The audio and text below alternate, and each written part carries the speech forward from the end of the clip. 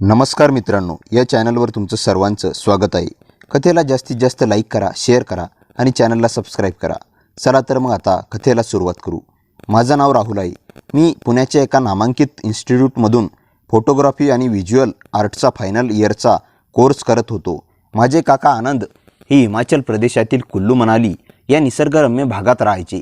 तिथे त्यांचा सफरचंदाच्या बागाचा आणि ट्रेकिंग गिअरचा एक मोठा बिझनेस होता। काका कामाच्या निमित्ताने अनेकदा 2-3 दिवस लाहौल, स्पिती किंवा डोंगराळ भागाच्या ट्रेकरच्या ग्रुपसोबत असायचे। त्यामुळे ते अनेकदा घराबाहेरच असायचे। माझ्या काकूचे नाव काव्या होते। तिचे वय साधारण 28 वर्ष होतं। काकू काव्या दिसायला अत्यंत सुंदर, मॉडर्न आणि अतिशय हुशार होती। ती मूळची शिमलाची होती, त्यामुळे तिचे राहणे बोलणे खूप आकर्षक होते। तिचा स्वभाव खूप प्रेमळ आणि मनमिळावू होता। कॉलेजच्या शेवटच्या प्रोजेक्टसाठी मला हिमालयन लँडस्केपवर एक फोटो सिरीज बनवायची होती। बाबांनी मला सुचवले, राहुल, कुल्लूला काकांकडे जा, तिथे तुझा प्रोजेक्टही पूर्ण होईल आणि बऱ्याच दिवसांत तू काकूंना भेटला नाही, तेही काम होईल। त्यानुसार मी माझा कॅमेरा आणि सामान घेऊन कुल्लूच्या ट्रेन आणि बस प्रवासाला निघालो। काकांचे घर कुल्लू शहरापासून थोडे दूर एका घनदाट देवदार झाडांच्या जंगलाजवळ आणि बियास नदीच्या एका उपप्रवाहाच्या कडेला होते। ते लाकूड आणि दगडाने बनलेले एक मोठं सुंदर कॉटेज होतं। पहिल्या दिवशी मी तिथे पोहोचलो तेव्हा काकांनी माझे खूप छान स्वागत केलं, पण त्याच रात्री त्यांनी एका मोठ्या ट्रेकिंग ग्रुपला गाईड करण्यासाठी 3 दिवसांसाठी डोंगरावर जावं लागलं। घरात फक्त मी आणि काकू दोघंच उरलो। पहिल्या दिवशी आमच्यात जास्त संवाद झाला नाही। मी माझ्या खोलीत बसून फोटो एडिट करत असायचो आणि काकू तिच्या कामात व्यस्त असायची। डोंगर भागात रात्री लवकर अंधार पडतो आणि थंडी खूप वाढते। पहिल्या रात्री बाहेर अंधार खूप पडतो आणि थंडी खूप वाढते। बर्फाळ वारा सुटला होता। रात्री 12:30च्या सुमारास मला खूप भूक लागली, म्हणून मी खाली किचनमध्ये काहीतरी खाण्यासाठी गेलो। परत येत असताना हॉलमधील शेकोटीच्या मंद प्रकाशात मला काकू सोफ्यावर पडलेली दिसली। तो टी व्ही पाहत असतानाच तिथे ती झोपी गेली होती। तिने अंगावर घेतलेला मऊ लोकरीची शाल थोडी बाजूला झाली होती आणि शेकोटीच्या लालसर प्रकाशात तिचे ते रूप अत्यंत आकर्षक दिसत होतं। तिला त्या रूपात पाहून माझ्या मनात पहिल्यांदाच काकूबद्दल एक वेगळी, पूर्वी कधी न बनवलेली भावना जागृत झाली। त्या रात्री थंडी असूनही माझ्या अंगातून घामाच्या धारा सुटल्या आणि मला खूप उशिरा झोप लागली। दुसऱ्या दिवशी सकाळपासून मी काकूकडे एका वेगळ्या नजरेने पाहू लागलो। दुपारी काकू कॉटेजच्या बाल्कनीत उभी राहून नदीकडे पाहत कॉफी पित होती। मी कॅमेरा घेऊन तिथे गेलो आणि म्हणालो, काकू, मला इथल्या स्थानिक संस्कृतीची आणि काही लपवलेल्या धागांचे फोटो घ्यायचे आहेत। तुझ्या फोनमध्ये काही चांगले लोकेशन आहे का? जरा दाखव ना। तिने हसून तिचा फोन माझ्याकडे दिला। मी लोकेशन्स बघण्याच्या बहाण्याने तिच्या फोनचे चार्ज आणि गॅलरी तपासण्याचा प्रयत्न केला, पण तिथं काही संशयास्पद नव्हतं। काकूने अचानक मागे वळून माझ्याकडे पाहिलं। तिचे डोळे मिश्किल होते। ती म्हणाली, काय रे राहुल, फोटोचे लोकेशन शोधतोय की माझ्या फोनमध्ये काहीतरी गुप्त शोधतोय? मी पुरता गडबडलो आणि म्हणालो, नाही हो काकू, काही नाही। त्याच दिवशी संध्याकाळी अचानक कुल्लूमध्ये जोराचा पाऊस आणि गारपीट सुरू झाली। डोंगर भागात पाऊस पडला की लाईट जाणे सामान्य होते। संपूर्ण कॉटेज अंधारात बुडाले। फक्त शेकोटीचा प्रकाश आणि मेणबत्त्यांचा उजेड। काकूने रात्रीचे जेवण बनवले आणि आम्ही दोघांनी शेकोटीजवळ बसून जेवण केलं। थंडी टाळण्यासाठी काकूने थोडी स्थानिक वाईन काढली आणि मलाही ऑफर केली। गप्पा मारता मारता आमच्यातला संकोच पूर्णपणे संपला। काकूने हसत विचारले, राहुल, पुण्यात एवढ्या मुले आहेत, तुझ्या कॅमेऱ्याच्या लेन्सने कोणाला पकडलं की नाही? अजून मी म्हणालो, नाही काकू, माझ्याकडे फक्त निसर्गाचे फोटो घ्यायला वेळ असतो, मुलींकडे बघायला नाही। काकू माझ्याजवळ सरकली आणि म्हणाली, पुण्यातल्या मुलींनी सौंदर्याची पारख नसेल तर मग तिच्या त्या शब्दांनी आणि तिच्या शरीरातून येणाऱ्या सुवासामुळे माझी धडधड वाढली। रात्री 11च्या सुमारास आम्ही दोघे शेकोटीच्या अगदी जवळ बसलो होतो। बाहेर वादळ घोंगावत होतं। मी हिम्मत केली आणि माझा हात हळूच तिच्या हातावर ठेवला। तिने हात मागे घेतला नाही, उलट तिने माझ्याकडे गूढ नजर टाकली। मी अजून जवळ गेलो आणि तिला मिठीत घेण्याचा प्रयत्न केला, पण तेवढ्यात काकूने मला दूर ढकललं आणि ती उभी राहिली। तिच्या चेहऱ्यावर एक खोटा राग होता। ती म्हणाली, राहुल, हे चुकीचं आहे। तू काकांचा पुतण्या आहेस। जर काकांना हे समजले तर विचार कर काय होईल। मी खूप घाबरलो। मी म्हणालो, सॉरी काकू, पण तू एवढी सुंदर आहेस की मी स्वतःवरचा ताबा गमावला। प्लीज काकांना काही सांगू नकोस। काकूने काही वेळ माझ्याकडे पाहिलं, मग ती अलकेच असली. ती माझ्याजवळ आली. तिने माझा हात पकडला आणि माझ्या कानात कुजबुजली. माझी एक अट आहे. कुल्लूच्या या कॉटेजमध्ये जे काही घडलं ते या जंगलाच्या बाहेर जाता कामा नाही. उद्या जेव्हा तुझे काका येतील तेव्हा तू त्यांच्यासमोर असं वागायचं जणू काही झालंच नाही. जर तू हे गुपित आयुष्यभर पाळणार असशील तरच. मी तात्काळ संमती दिली. त्या वादळी आणि थंड रात्री बाहेर बर्फ पडत होता, पण कॉटेजच्या आत आम्ही दोघे एकमेकांच्या उभे आणि धुंदीत पूर्णपणे हरून गेलो. काकूंचे अद्भुत सौंदर्य माझ्या कवेत होते. ती रात्र आमच्या आयुष्यातील सर्वात थरारक रात्र ठरली. सकाळी काका परत आले. मी आणि काकू अतिशय नॉर्मल वागत होतो. काकूला इतक्या सहजतेने वावरताना पाहून मला तिच्या संयमाचे कौतुक वाटले. पुढील 4 दिवस मी फोटो काढण्यात घालवले, पण जेव्हा जेव्हा काका बाहेर असायचे तेव्हा आमचं हे गुप्त नातं कॉटेजच्या बंद दारामागे बहरू लागलं होतं. माझा प्रोजेक्ट संपला आणि मी पुण्याला परत आलो. या गोष्टीला 8 महिने झाले होते. मी माझ्या पुण्यातल्या आयुष्यात व्यस्त झालो होतो, पण अचानक एक दिवस काकांचा फोन आला. ते म्हणाले, राहुल, मी पुण्यात बिझनेसच्या कामानिमित्त 1 महिन्यासाठी येतोय आणि हो, तुझ्या काकूला तिथे काही शॉपिंग करायची आहे म्हणून तीही माझ्यासोबत येते. आम्ही तुझ्याच प्लॉटवर थांबणार आहोत. माझे आईवडील त्यावेळेस वैयक्तिक कामासाठी परदेशात गेले होते, त्यामुळे फ्लॅटवर मी एकटाच होतो. हे ऐकून माझ्या पोटात गोळा आला. आनंद आणि भीती या दोन्ही भावनांनी मला घेरलं. 2 दिवसांनी काकू पुण्यात आले. काकू आधीपेक्षा जास्त सुंदर दिसत होती. फ्लॅटवर आल्यावर तिने काकांचा डोळा चुकून माझ्याकडे बघून एक जुनी आणि ओळखीची नजर टाकली. काका पुण्यातल्या एका मोठ्या ट्रेकिंग एक्सपोर्टच्या कामात व्यस्त झाले. पहिल्याच रात्री ते म्हणाले, राहुल, आज रात्री मला एक्सपोर्टच्या मॅनेजमेंट कमिटीसोबत हॉटेलमध्ये डिनर आणि मीटिंग आहे. मला यायला पहाट होईल. तू आणि काव्या घरीच आहात. काळजी घ्या. काका गाडी घेऊन निघून गेले. घरात फक्त मी आणि काकू होतो. पुण्यातही त्या रात्री रिमझिम पाऊस सुरू होता. काकू बेडवरच्या मध्ये होती. मी हळूच पायऱ्या चढून वर गेलो. ती खिडकीपाशी उभी राहून पावसाचा आनंद घेत होती. मी मागून जाऊन तिला मिठीत घेतले. तिनेही मला घट्ट पकडले. आम्ही दोघे पुन्हा त्या गुपिताच्या दुनियेत वाहून गेलो. तासाभरानंतर आम्ही दोघे बेडवर शांत बसलो होतो. अचानक माझ्या फोनवर एक मेसेज आला. तो काकांचा मेसेज होता. मेसेज वाचून माझ्या अंगावर काटा आला. काकांनी लिहिलं होतं, राहुल, माझी मीटिंग कॅन्सल झाली. मी फ्लॅटच्या पार्किंगमध्ये पोहोचलोय. खाली वॉचमनने मला सांगितलं की तो आणि काव्या रात्री गॅलरीत एकत्र उभे होतात. मी लिफ्टने वर येतोय. दरवाजा उघडा ठेव. माझा थरकाप उडाला. काका खाली पोहोचले होते. काकूने मेसेज पाहिला आणि तीही घाबरली. राहुल, मी तुला म्हणाले होते, काकांना कुल्लूमध्ये संशय आला होता. ते मुद्दाम पुण्यात आले आपल्यावर नजर ठेवायला. काकूने घाईघाईने तिचे कपडे ठीक केले. मी खोलीबाहेर पडणार इतक्यात लिफ्ट थांबल्याचा आणि बाहेर काकांच्या पावलांचा आवाज आला. आता खाली जाणे अशक्य होते. काकूने मला बेडच्या खालच्या हायड्रोलिक बॉक्समध्ये लपायला सांगितले. मी पटकन बेडचा बॉक्स उघडून आत शिरलो आणि तिने तो बंद केला. आत प्रचंड अंधार होता आणि मला श्वास घेणे कठीण जात होते. काकांनी चावीने दरवाजा उघडला आणि ते थेट बेडरूममध्ये आले. काव्या, तू अजून जागी आहेस? आणि राहुल कुठे आहे? काकांचा आवाज अत्यंत कठोर होता. तो खाली त्याच्या खोलीत झोपला असेल. काकूने थरथरत्या आवाजात उत्तर दिलं, खोटं बोलू नकोस. वॉचमनने स्पष्ट सांगितलं की तो वर आला होता आणि हा बघ राहुलचा कॅमेरा आणि त्याचा फोन याच खोलीत बेड शेजारी पडलाय. काका जोरात ओरडले. त्याने रागात बेडवर हात मारला. मी अगदी बेडच्या खाली होतो. माझे हृदय थांबल्यासारखे झाले होते. काका म्हणाले, मला कुल्लूमध्ये तुमच्यावर संशय आला होता म्हणूनच मी पुण्यात आलो. आज मी राहुलला रंगेहात पकडणार होतो. काकांनी रागात खोलीतल्या वस्तू फेकायला सुरुवात केली. ते कपाट उघडून पाहू लागले. तेवढ्यात काकांचा फोन वाजला.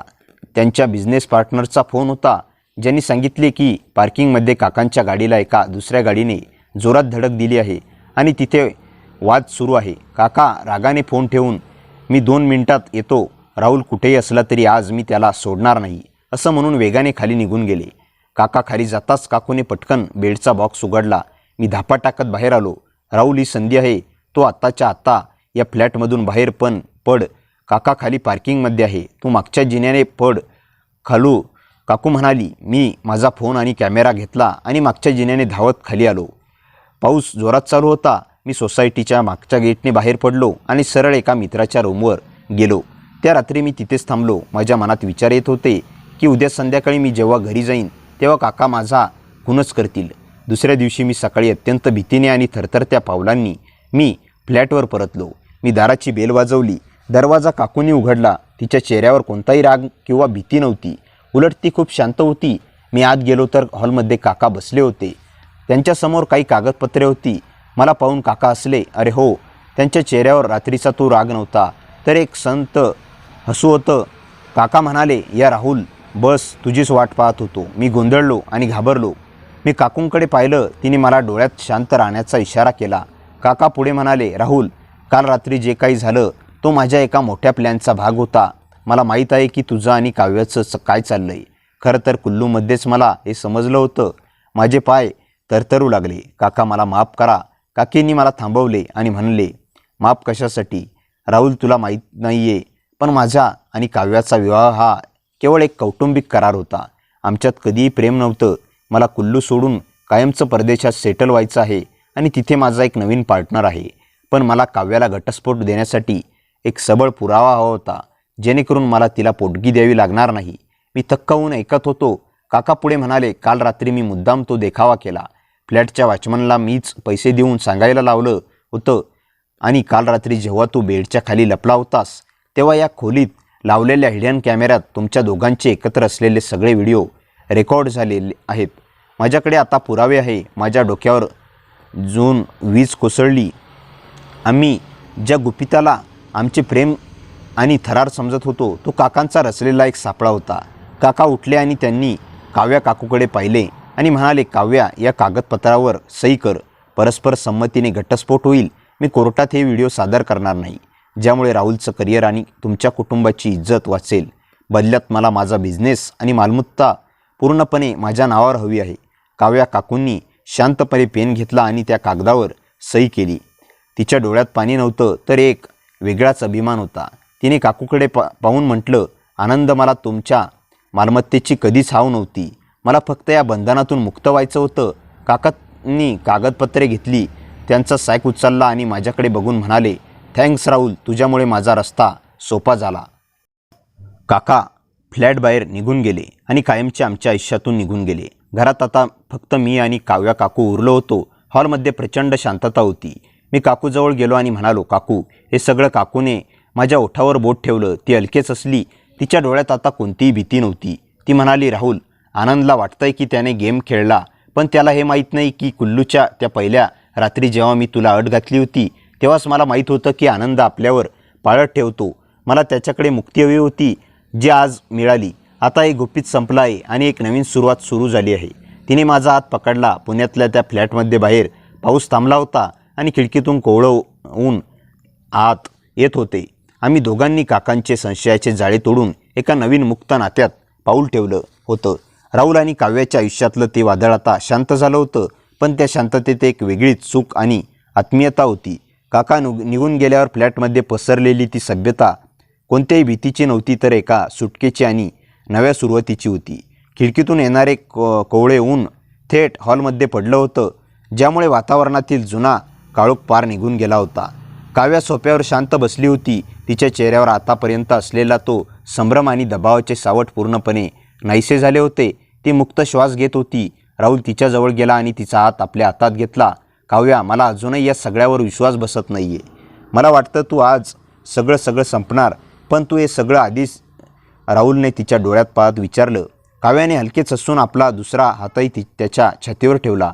राहुल, कुल्लूमध्ये जेव्हा तू माझ्या जवळ आलास, तेव्हा माझ्या मनात तुझ्याबद्दल प्रेम होतं, पण मनात एक भीतीही होती. आनंद माझ्यावर पाळत ठेवत आहे हे मला माहीत होतं, पण मला हेही समजलं होतं की या जाळ्यातून सुटण्याचा हाच एक मार्ग आहे. मी तुला आधी काही सांगितलं नाही, कारण मला तुझ्या निष्पापपणा आणि ती खरी ओढ कॅमेऱ्यात अगदी खरीखुरी दाखवायची होती, जी आनंदाला पुरावा म्हणून हवी होती. तिच्या या शब्दांनी राहुलच्या मनातील तिच्याबद्दलचा आदर अजूनच वाढला. तो तिच्या अधिक जवळ सरकला. पुण्यातल्या त्या फ्लॅटमध्ये आता कोणताही तिसरा माणूस नव्हता, कोणताही छुपा कॅमेरा नव्हता आणि पकडले जाण्याची भीतीही नव्हती. त्या दिवशी संध्याकाळी पावसाने त्यांनी पुन्हा हजेरी लावली, पण यावेळी तो भीतीचा नव्हता, तर प्रेमाचा होता. राहुलने हॉलमधील मोठे दिवे बंद केले आणि कुल्लूच्या आठवणी ताज्या करत आम्ही काही मेणबत्त्या पेटवल्या. मंद प्रकाशात काव्याचे सौंदर्य अधिक खुलून दिसत होते. तिने निळ्या रंगाची एक साधी पण अत्यंत सुंदर साडी नेसली होती. राहुलने म्युझिक सिस्टीमवर एक संत रोमॅन्टिक धून लावली तो काव्यासमोर गेला आणि तिने आपला हात त्याच्या हातावर दिला. दोघेही त्या संगीताच्या तालावर हळुवारपणे डान्स करू लागले. एकमेकांच्या डोळ्यात पाहताना शब्दांची गरज उरली नव्हती. राहुलचा हात तिच्या कमरेजवळ जाताच काव्याच्या अंगावर एक शहारा उमटला. तिने आपलं डोकं त्याच्या छातीवर टेकवलं. राहुल, मी आयुष्यात कधी इतकी सुरक्षित आणि आनंदही नव्हती अनुभवली. ती अगदी हळुवार आवाजात कुजबुजली. राहुलने तिची हनुवटी वर केली आणि तिच्या डोळ्यात पाहिलं.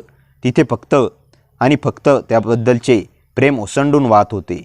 त्याने हळूच तिचे विस्कटलेले केस कानामागे केले आणि तिच्या ओठावर आपले ओठ टेकवले. तो स्पर्श अत्यंत उत्कट आणि प्रदीर्घ होता. त्या एका चुंबनात त्यांच्या मागील 8 महिन्यांचा विरह, ती भीती आणि एकमेकांबद्दलची तीव्र ओढ विरघळून गेली. रात्र जशी जशी पुढे सरकत होती तसा तसा बाहेरचा पाऊस आणि आतल्या खोलीतील त्यांच्या भावनांचा वेग वाढत होता. राहुलने काव्याला आपल्या कवेत उचलून घेतलं आणि तो तिला बेडरूममध्ये घेऊन गेला. त्या रात्री खोलीत कोणताही नाईट लॅम्प नव्हता. फक्त खिडकीमधून येणारा पुसट प्रकाश होता. त्या बेडवर पडल्याने काव्याने राहुलला स्वतःकडे ओढले. कुल्लूची ती रात्र एका अटीच्या बंधनात होती, पण आजची रात्र पूर्णपणे मुक्त होती. एकमेकांच्या श्वासांची गती वाढली होती. राहुलच्या हातांचा स्पर्श काव्याच्या शरीरावर होताच ती स्वतःला पूर्णपणे विसरून त्यांच्या धुंदीत हरून गेली. त्या संपूर्ण रात्री त्यांनी एकमेकांना इतकं कवेत घेतलं की जणू त्यांच्यातील अंतर कायमचे संपून गेलं होतं. सकाळी जेव्हा राहुलला जाग आली तेव्हा पावसाचा आवाज थांबला आणि पक्ष्यांचा किलबिलाट सुरू झाला होता. त्याने बाजूला पाहिलं. काव्या अजूनही त्याच्या छातीवर हात ठेवून शांत झोपली होती. तिच्या चेहऱ्यावर एक समाधानाचे हसू होते. राहुलने तिच्या कपाळावर एक हलकेच चुंबन घेतलं. काव्याने हळूच डोळे उघडले आणि ती राहुलकडे बघून हसली. शुभप्रभात राहुल. शुभप्रभात माझी काव्या. आता कोणतीही अट नाही आणि कोणतंही गुपित नाही. राहुल तिला जवळ ओढत म्हणाला. त्या नवीन सकाळी पुण्यातल्या त्या घरात त्यांच्या प्रेमाचा एक नवा आणि हवाहवासा प्रवास अधिकृतपणे सुरू झाला होता, जिथे आता फक्त त्यांचा एकत्र राहण्याचा आनंद आणि एकमेकांवरचे अथांग प्रेम होते. पुण्यातील त्या फ्लॅटमध्ये सुरू झालेली ती नवी सकाळ राहुल आणि काव्याच्या आयुष्यात एक नवा प्रकाश घेऊन आली होती. काकांचा तो भीतीदायक धडाका आणि त्यानंतर समोर आलेले त्यांचे कपटी कारस्थान आता भूतकाळ बनलं होतं. पण या नव्या स्वातंत्र्यासोबतच त्यांच्यासमोर एक मोठं आव्हान होतं. ते म्हणजे या नव्या मुक्त नात्याला भविष्याची एक नवी दिशा देणं. काका निघून गेल्यानंतरचे पहिले काही दिवस अत्यंत शांततेत गेले. राहुलच्या आईवडिलांना परदेशातून परत यायला अजून 2 आठवड्यांचा अवधी होता. त्यामुळे तोपर्यंत या मध्ये ते दोघेच होते. आता त्यांच्यावर पाळत ठेवणारा कोणी नव्हता. की खोलीच्या दारावर अचानक होणारी ती भयानक थाप नव्हती. एक दिवस दुपारी राहुल हॉलमध्ये बसून त्यांच्या कॉलेजच्या शेवटच्या प्रोजेक्टचे फोटो शॉर्ट करत होता. काव्याच्या किचनमधून दोघांसाठी कॉफी घेऊन आली. तिने कॉफीचा एक कप टेबलवर ठेवला आणि राहुलच्या लॅपटॉपच्या स्क्रीनकडे पाहू लागली. स्क्रीनवर कुल्लू मनालीच्या त्या बर्फाच्छादित पर्वतांचे आणि देवदार वृक्षांचे फोटो होते. किती सुंदर आहेत ना हे फोटो. राहुल काव्या त्यांचे कौतुक करत म्हणाली. या फोटोमध्ये एक जिवंतपणा आहे. राहुलने तिचा हात पकडला आणि तिला आपल्या शेजारी बसून घेतलं. हे फोटो फक्त सुंदर नाही आहेत काव्या, यात आपली एक वेगळी कथा लपलेली आहे. याच पर्वताच्या सावलीत आपण पहिल्यांदा एकमेकांच्या जवळ आलो होतो. काव्याने आपलं डोके राहुलच्या खांद्यावर टेकवले. हो राहुल, पण आता आपल्याला पुढचा विचार करायला हवा. आनंदाने जरी कागदपत्रावर सह्या केल्या असल्या तरी कोर्टाची प्रक्रिया पूर्ण व्हायला काही महिने लागतील. तोपर्यंत आपल्याला समाजात आणि तुझ्या कुटुंबासमोर खूप सांभाळून राहावं लागेल. राहुलला तिच्या चिंतेची जाणीव होती. तो म्हणाला, तू काळजी करू नकोस. माझे आईबाबा आल्यावर मी त्यांच्याशी अत्यंत शांतपणे आणि समजूतदारपणे बोलेन. आनंद काकांनी तुझ्यासोबत केलेल्या अन्यायाची कल्पना त्यांनाही आहे. जेव्हा त्यांना समजेल की त्यांनी केवळ एका करारासाठी तुझ्याशी लग्न केलं होतं, तेव्हा तेही तुझ्या पाठीशी उभी राहतील. त्याच रात्री पुण्यात पुन्हा एकदा मुसळधार पाऊस सुरू झाला. खिडकीवर पडणाऱ्या पावसाच्या थेंबांचा तो संत आवाज वातावरणातील वेगळीच धुंदी निर्माण करत होता. राहुलने ठरवलं की आजची संध्याकाळ ते दोघे पूर्णपणे एकमेकांसाठी जगणार.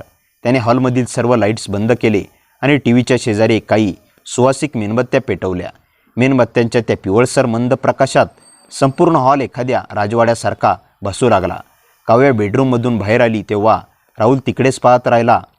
तिने गडद लाल रंगाची पैठणी साडी नेसली होती. केस मोकळे सोडले होते आणि कानात छोटे झुमके घातले होते. तिचे ते पारंपरिक रूप तिच्या मॉडर्न व्यक्तिमत्वाला एक वेगळाच उजाळा देत होते. आज काही विशेष तयारी दिसते काव्यानं हसून विचारलं. राहुल तिच्याजवळ गेला. त्याने तिच्या कमरेभोवती हात ठेवला आणि तिला स्वतःकडे ओढले. विशेष काही नाही, फक्त आज मला माझ्या आयुष्यातील सर्वात सुंदर व्यक्तीसोबत हा पाऊल अनुभवायचा आहे. त्याने म्युझिक सिस्टीमवर जगजीत सिंग यांची एक संत गझल लावली. गझलचे सूर आणि पावसाचा आवाज एकत्र येऊन वातावरणात एक अजब जादू पसरली. राहुलच्या हाताचा टच होता. काव्याच्या अंगावर एक शहारा उमटला. तिने आपला हात त्याच्या गळ्याभोवती टाकले. दोघेही अत्यंत संत संगतीने डान्स करू लागले. मेणबत्तीच्या प्रकाशात काव्याचे डोळे चमकत होते. राहुलने तिच्या चेहऱ्यावर आलेली केसांची बट हळूच मागे केली आणि त्याचा अंगठा तिच्या ओठावरून फिरवला. तेव्हा तिचे श्वास वेगाने चालू झाले. राहुलने अधिक वेळ न घालवता आपले ओठ ओठावर टेकवले. ते चुंबन कोणत्याही घाईशिवाय अत्यंत उत्कंठ आणि दीर्घ होतं. कुल्लूच्या त्या कॉटेजमधील भीती आणि पुण्याच्या फ्लॅटमधील दडपण या सगळ्यानंतर मिळालेला हा पहिलाच मुक्त एकांत होता. राहुलने काव्याला हळूच आपल्या कवेत उचलून घेतले आणि तो तिला बेडरूममध्ये घेऊन गेला. बेडरूमच्या खिडकीतून बाहेरचा पाऊस आणि विजेचा लखलखाट दिसत होता. राहुलने तिला बेडवर निजवले आणि झुकला. त्या रात्री त्यांच्यात कोणतेही अंतर नव्हते. साडीच्या घड्या सुटत गेल्या आणि दोन शरीर एकमेकांत विरघळून गेली. राहुलच्या ओठांचा आणि हातांचा टच काव्याच्या प्रत्येक भागाला एक नवा अनुभव देत होतं.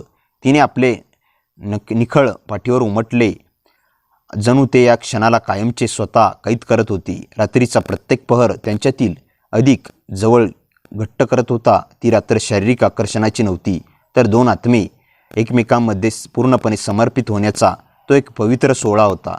पहाटेच्या सुमारास जेव्हा पाऊस उतरला तेव्हा दोघंही एकमेकांना मिठी मारून शांत झोपले होते. काव्याचे डोके राहुलच्या छातीवर होते आणि तिचा हात त्याच्या हातामध्ये अडकलेला होता. सकाळी जेव्हा सूर्यकिरण खिडकीच्या पडद्यामधून आत आले तेव्हा राहुलला जाग आली. त्याने पाहिले की काव्या आधीच जागी झाली होती आणि बेडवर कुशीवर ठेवून अत्यंत प्रेमाने त्याच्याकडे पाहत होती. कधीपासून जागी आहेस? राहुलने विचारले. बऱ्याच वेळापासून तुला असं शांत झोपलेलं बघण्यात एक वेगळंच सुख आहे, काव्या त्याचे केस कुरवाळत म्हणाली. राहुलने तिच्या कपाळावर चुंबन घेतलं आणि तिला अधिक जवळ ओढलं. आता इथून पुढे प्रत्येक सकाळ अशीच असणार आहे. आपण लवकरच कोर्टाची प्रक्रिया समजून कायदेशीररित्या एकत्र येऊ. काव्याच्या डोळ्यात आनंदाश्रू आले. हो राहुल, अनन्यानं रचलेला तो सापळा खरं तर आपल्यासाठी एक वरदान ठरला. त्याने आपल्याला दूर करण्यासाठी तो खेळ खेळला, पण त्याच खेळामुळे आपण नेहमीसाठी एकत्र आलो. दोघेही बेडरूममध्ये मधून उठले आणि बाल्कनीत आले. पुण्याच्या हवेत एक छान गारवा होता आणि झाडांची पाने पावसाच्या पाण्याने धुतली जाऊ लागली. अधिक हिरवीगार दिसत होती. राहुलने काव्याच्या खांद्यावरून शाल पांघरली आणि स्वतःच्या तिच्या पाठीशी उभा राहिला. काकांचे ते संशयाचे जाळे आता पूर्णपणे नष्ट झाले होते आणि त्या जाळ्यातून मुक्त होऊन या दोघांनी प्रेमाच्या अशा आकाशात झेप घेतली होती, जिथे आता फक्त त्यांचा आनंद आणि एकमेकांवरचा अथांग विश्वास. बाल्कनीतून दिसणारे ते पुण्याचे धुवून निघालेले रस्ते आणि कोवळे ऊन राहुल आणि काव्याच्या आयुष्यातील एका नव्या अध्यायाची साक्ष देत होते. काकांचे ते संशयाचे जाळे आणि त्यांनी रचलेला सापळा आता त्यांच्या मार्गातील अडथळा राहिला नव्हता, तर तो त्यांच्या मुक्ततेचा पाया बनला होता. पण या नव्या स्वातंत्र्यानंतरही खऱ्या आयुष्यातील जबाबदाऱ्या आणि भविष्याचा मार्ग यांच्यावर त्यांच्या आयुष्यातील जबाबदाऱ्या आणि यांचा मार्ग त्यांच्यासमोर उभा होता. 2 आठवड्यांचा काळ कसा निघून गेला हे दोघांना समजलं नाही. या दिवसात त्यांनी भविष्यातील कायदेशीर बाबींवर चर्चा केली आणि वकिलांचा सल्ला घेऊन घटस्फोटाची प्रक्रिया कायदेशीररित्या कशी पुढे न्यायची याचे नियोजन केले. अखेर तो दिवस आला जेव्हा राहुलचे आईवडील परदेशातून परतणार होते. राहुलच्या मनात थोडी धाकधूक होती, कारण आपल्याच काकांच्या पत्नीसोबत म्हणजे काकूसोबत असलेल्या या नात्याचा स्वीकार त्याचे आईवडील करतील का हा मोठा प्रश्न होता. पण काव्याने त्याला धीर दिला. सकाळी जेव्हा आईबाबा त्यांच्या घरी आले तेव्हा राहुलने आणि काव्याने त्यांना हॉलमध्ये एकत्र बसवलं. राहुलने कोणत्याही गोष्टीचा पडदा न ठेवता कुल्लू मनालीमध्ये काकांनी काव्यासोबत केलेल्या छळापासून ते पुण्याच्या त्या फ्लॅटमध्ये काकांनी रचलेल्या त्या छुप्या कॅमेऱ्याच्या सापळ्यापर्यंतची सर्व हकीकत बाबांसमोर मांडली. काकांनी केवळ त्या व्यावसायिक फायद्यासाठी आणि मालमत्तेसाठी काव्याचा कसा वापर केला आणि तिला फसून स्वाक्षऱ्या घेतल्या हे ऐकून राहुलच्या वडिलांचा चेहरा रागाने लाल झाला. काही वेळ हॉलमध्ये प्रचंड शांतता पसरली. राहुलचे बाबा सोफ्यावरून उठले आणि त्यांनी काव्याच्या डोक्यावर हात ठेवला आणि म्हणाले, काव्या, आनंदाने जे केलं ते अत्यंत निंदनीय आहे. त्याने केवळ एका निष्पाप मुलीच्या आयुष्याचा खेळ केला नाही, तर संपूर्ण कुटुंबाच्या विश्वासाला तडा दिलाय. या सगळ्यामध्ये तुझी काही चूक नाही. राहुलने या दलदलीतून बाहेर काढलं याचा मला सार्थ अभिमान आहे. आम्ही तुमच्या या निर्णयाशी गंभीरपणे तुमच्या पाठीशी उभे आहोत. बाबांच्या या शब्दाने काव्याच्या डोळ्यातून आनंदाश्रू वाहू लागले. तिनं राहुलकडे पाहिलं आणि तिच्या चेहऱ्यावर एक प्रचंड मोठं ओझं उतरल्याचं समाधान दिसलं. सगळ्या गोष्टी सुरळीत झाल्यानंतर राहुलने आणि काव्याने आपल्या या नात्याला एका अधिकृत बंधनात बांधण्याचे ठरवले. कोर्टाची प्रक्रियेला थोडा वेळ लागणार होता, तरीही त्यांच्या मनाचे बंध कधीच एकत्र आले होते. त्याच आठवड्यात एका विकेंडला राहुल काव्याला पुण्याच्या जवळ असलेल्या एका शांत निसर्गरम्य स्टेशनवर घेऊन गेला. तिथे त्याने एका जुन्या पद्धतीचे लाकडी कॉटेज केले होते. ते त्यांना कुल्लूच्या त्या पहिल्या रात्रीची आठवण करून देत होते. पण यावेळी तिथे कोणाची भीती नव्हती. संध्याकाळी डोंगर रांगांच्या मागे सूर्य मावळत असताना बाल्कनीतून दऱ्यांमध्ये धुक्यांची चादर पसरत होती. राहुलने बाल्कनीत 2 खुर्च्या ठेवल्या आणि कॉफीचे 2 कप आणले. काव्याने हलक्या पांढऱ्या आणि गुलाबी रंगाची फ्लोअर साडी नेसली होती. डोंगराळ हवेमुळे तिचे केस तिच्या चेहऱ्यावर उडत होते. राहुल तिच्या मागे जाऊन उभा राहिला. त्याने आपले दोन्ही हात तिच्या कमरेभोवती वेढले आणि तिला स्वतःच्या चेहऱ्याजवळ ओढले. काव्याने मागे वळून त्याच्या डोळ्यात पाहिलं. तिच्या डोळ्यात त्याच्या आता कुल्लूची ती जुनी अट नव्हती, तर एक अथांग विश्वास होता. राहुल, कधीकधी मला वाटतं की मी एखादं स्वप्न पाहत आहे का कुल्लूच्या त्या अंधार रात्री जे सुरू झालं होतं ते आज इथे इतकं सुंदर रूप घेईल असं मला कधीच वाटलं नव्हतं. काव्या अगदी हळुवार आवाजात म्हणाली. राहुलने तिच्या कपाळावर ओठ टेकवले. काव्या, ते स्वप्न नव्हतं आणि सुरुवातही काल्पनिक नाही, पण आपण त्या भीतीला आणि संशयाला हरून इथे पोहोचलो आहोत. आता आपल्यात कोणताही लपाछपीचा खेळ नाही. रात्री होता. कॉटेजच्या बाहेर थंड वारा सुटू लागला. राहुलने कॉटेजच्या आतील शेकोटी पेटवली. लालसर पिवळ्या ज्वालाचा तो प्रकाश संपूर्ण खोलीत पसरला. राहुलने काव्याचा हात धरला आणि तिला शेकोटीच्या जवळ आणलं. त्या मंद आणि उबदार प्रकाशात राहुलने आपल्या खिशातून एक छोटी, अतिशय सुंदर सोन्याची अंगठी काढली. तो काव्यासमोर गुडघ्यावर बसला. काव्याने आश्चर्याने आणि आनंदाने आपल्या तोंडावर हात ठेवला. आणि काव्या, कायदेशीर गोष्टी वेळेनुसार होतीलच, पण माझ्या मनाच्या कोर्टात तू माझी कायमची झाली आहेस. तू आयुष्यभर माझ्या कॅमेऱ्याच्या मुख्य प्रेम आणि माझ्या आयुष्याची जोडीदार बनून येशील का? राहुलने विचारलं. काव्याचे डोळे पाणावले. तिने होकारार्थी मान डोलावली आणि आपला हात पुढे केला. काव्याने थरथरत्या हाताने अंगठी स्वीकारली आणि तिच्या डोळ्यात राहुलने तिच्या बोटात ती अलगद घातली आणि दोघांनी एकमेकांना मिठी मारली. शेकोटीच्या मंद प्रकाशात त्यांच्या डोळ्यातील आनंद शब्दांपेक्षा मोठा होता. बाहेर पावसाच्या हलक्या सरी सुरू झाल्या होत्या आणि त्या शांत रात्रीने त्यांच्या आयुष्यातील नव्या वचनाची साक्ष दिली. पण नियतीने अजून एक अनपेक्षित पान राखून ठेवले होते. दुसऱ्या दिवशी सकाळी ते कॉटेजमधून निघण्याच्या तयारीत असतानाच राहुलच्या मोबाईलवर एका अज्ञात क्रमांकावरून कॉल आला. समोरून एक गंभीर आवाज आला. राहुल, तुला वाटतंय सगळं संपलंय. आनंद तुरुंगात आहे, पण खेळ अजून संपलेला नाही. राहुल काही बोलण्याआधीच फोन कट झाला. त्याने ताबडतोब तो नंबर परत लावला, पण तो बंद होता. राहुलच्या चेहऱ्यावरचा बदल काव्याच्या नजरेतून सुटला नाही. काय झालं? तिने विचारलं. राहुलने तिला सर्व सांगितलं. काही क्षण दोघेही शांत राहिले. पुण्यात परतल्यावर त्यांनी हा प्रकार दुर्लक्ष न करता थेट पोलिसांकडे माहिती दिली. पोलिसांनी कॉल ट्रेस करण्याची प्रक्रिया सुरू केली. 2 दिवसांनी तपास अधिकाऱ्यांनी राहुलला बोलावलं. हा फोन तुरुंगातून आलेला नाही. तो आनंदच्या जुन्या बिझनेस पार्टनरच्या नावावर असलेल्या एका बनावट सिमवरून करण्यात आला आहे. अधिकाऱ्यांनी सांगितलं. राहुल आणि काव्या एकमेकांकडे पाहू लागले. म्हणजे आनंदच्या कटात अजून कोणीतरी सहभागी होतं. त्याच रात्री राहुलच्या ईमेलवर एक व्हिडिओ आला. व्हिडिओमध्ये आनंद एका अज्ञात व्यक्तीसोबत बोलत होता. त्याच्या तोंडून स्पष्ट शब्द ऐकू आले. जर मी अडकलो तर दुसरा प्लॅन सुरू कर. राहुल आणि काव्या कधीही शांत आयुष्य जगता कामा नाही. पण व्हिडिओ अचानक संपला. त्या दुसऱ्या व्यक्तीचा चेहरा दिसत नव्हता. राहुलने तो व्हिडिओ पोलिसांकडे दिला. फॉरेन्सिक तपास सुरू झाला. काही दिवसांनी अहवाल आला. व्हिडिओमधील आवाज दुसऱ्या व्यक्तीचा ओळखण्यात आला आणि ते नाव ऐकताच राहुलच्या पायाखालची जमीन सरकली. तो दुसरा कोणी नसून राहुलच्या वडिलांचा अनेक विश्वासू वकील अजय देशमुख होता. तो सर्व मालमत्तेची कागदपत्र तयार करत होता. आनंदाने घेतलेल्या बनावट स्वाक्षऱ्या, खोटे करार आणि आर्थिक व्यवहार यामागे त्यांचाच मेंदू होता. अजयला वाटलं होतं की आनंद तुरुंगात गेला तरी स्वतःवर संशय येणार नाही. पोलिसांनी त्याला ताब्यात घेतलं. चौकशीत त्याने कबूल केलं की आनंदकडून कोट्यवधी रुपये मिळवण्यासाठी त्याने संपूर्ण कट रचण्यात मदत केली होती.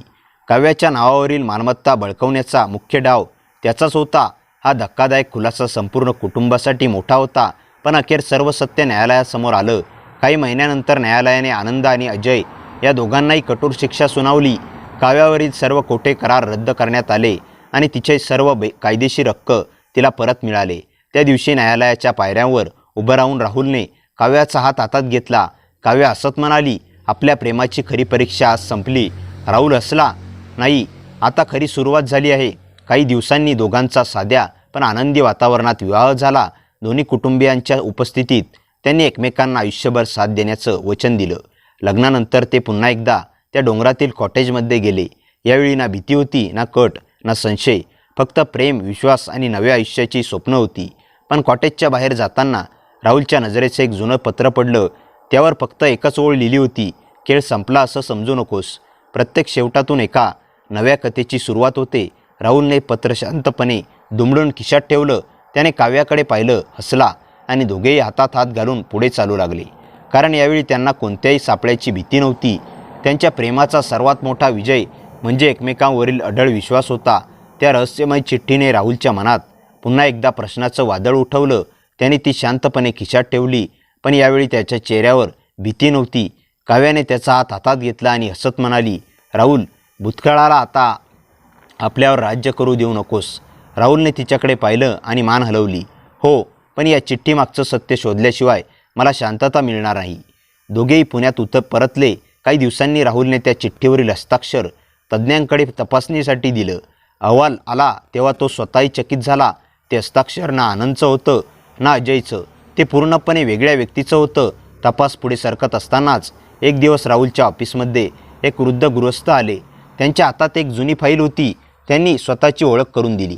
माझं नाव मोहन कुलकर्णी, मी तुझ्या आजोबाचा जुना मित्र आहे. राहुलने त्यांना आदराने बसवलं. मोहनरावांनी फाईल त्यांच्यासमोर ठेवली आणि म्हणाले, ही फाईल तुझ्या कुटुंबापर्यंत पोहोचायला अनेक वर्ष उशीर झाला. राहुलने फाईल उघडली आणि त्याचे डोळे विस्फारले. त्यात अनेक वर्षापूर्वीच्या मालमत्तेचे मूळ कागद, काही छायाचित्र आणि एक हस्तलिखित पत्र होतं. त्या पत्रात लिहिलं होतं की राहुलच्या आजोबांनी त्याच्या संपत्तीचा एक मोठा हिस्सा समाजोपयोगी कामांसाठी ठेवण्याचा निर्णय घेतला होता. पण त्यानंतर काही कागदपत्र गायब झाली आणि त्याच काळात आनंदच्या वडिलांनी त्या मालमत्तेवर दावा केला होता. मोहनराव म्हणाले, आनंदने जे केलं त्याची सुरुवात त्याच्या पिढीने केली नव्हती. हा लोभ अनेक वर्षापासून या घरामागे लागलेला आहे. राहुल आणि काव्या एकमेकांकडे पाहू लागले. त्यांना आता समजलं होतं की त्यांना ज्या कटाचा सामना केला तो फक्त एका माणसाचा नव्हता, तर अनेक वर्षाच्या लालसेचा परिणाम होता. राहुलने ठाम निर्णय घेतला, ही संपत्ती आता कोणाच्याही लोभाचं कारण बनणार नाही. काही महिन्यांच्या कायदेशीर प्रक्रियेनंतर त्याने आणि काव्याने त्या संपत्तीचा मोठा भाग एका शिक्षण आणि महिला सक्षमीकरणासाठी कार्य करणाऱ्या विश्वस्त संस्थेला दान केला. उद्घाटनाच्या दिवशी काव्या व्यासपीठावर उभी राहून म्हणाली, ज्या संपत्तीमुळे अनेक आयुष्य उद्ध्वस्त झाली, तीच संपत्ती आज अनेकांचं आयुष्य घडवणार आहे. हाच आपल्या संघर्षाचा खरा विजय आहे. टाळ्यांचा कडकडाट झाला. राहुलने तिच्याकडे अभिमानाने पाहिलं. कार्यक्रम संपल्यानंतर दोघे संस्थेच्या आवारात फेरफटका मारत होते. तेवढ्यात राहुलच्या मोबाईलवर पुन्हा एक अज्ञात संदेश आला. संदेशात फक्त एक वाक्य होतं, तुम्ही योग्य वेळी योग्य निर्णय घेतलात. आता माझं काम पूर्ण झालं. खाली कोणतंही नाव नव्हतं. राहुलने क्षणभर तो संदेश पाहिला आणि मग मोबाईल बंद केला. काव्याने विचारलं, कोणाचा मेसेज? राहुलने हलकसं हसला, कदाचित एखाद्या अशा व्यक्तीचा ज्याने योग्य वेळी येईपर्यंत सावलीत राहून सत्याला साथ दिली. दोघेही एकमेकांचा हात हातात घेऊन पुढे निघाले. मावळत्या सूर्याची सोनेरी प्रकाशात त्यांची सावली लांब पसरली होती.